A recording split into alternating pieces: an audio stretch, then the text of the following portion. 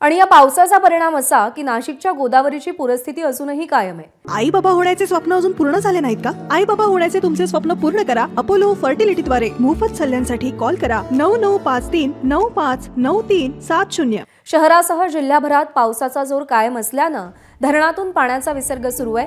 गंगापूर धरणातून 2 दिवसांपासून 8428 क्युसेक वेगाने गोदावरी नदीपात्रामध्ये विसर्ग सुरू आहे। गोदावरीच्या पाणी पातळीत वाढ झाल्याने गोदाकाठावरची मंदिरे आजही पाण्याखाली आहेत। सलग 3 दिवसांपासून पूर असल्याने गोदाकाठावरील जनजीवन विस्कळीत झालंय।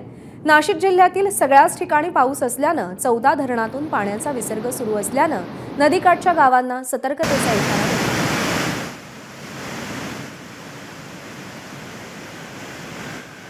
उत्तर महाराष्ट्रात मुसळधार पाऊस बरसतोय, त्यामुळे गोदावरी नदीला पूर आलाय।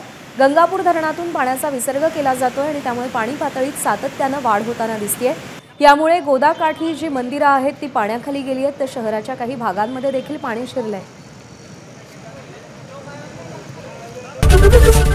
एबीपी माझा, उघडा डोळे बघा नीट।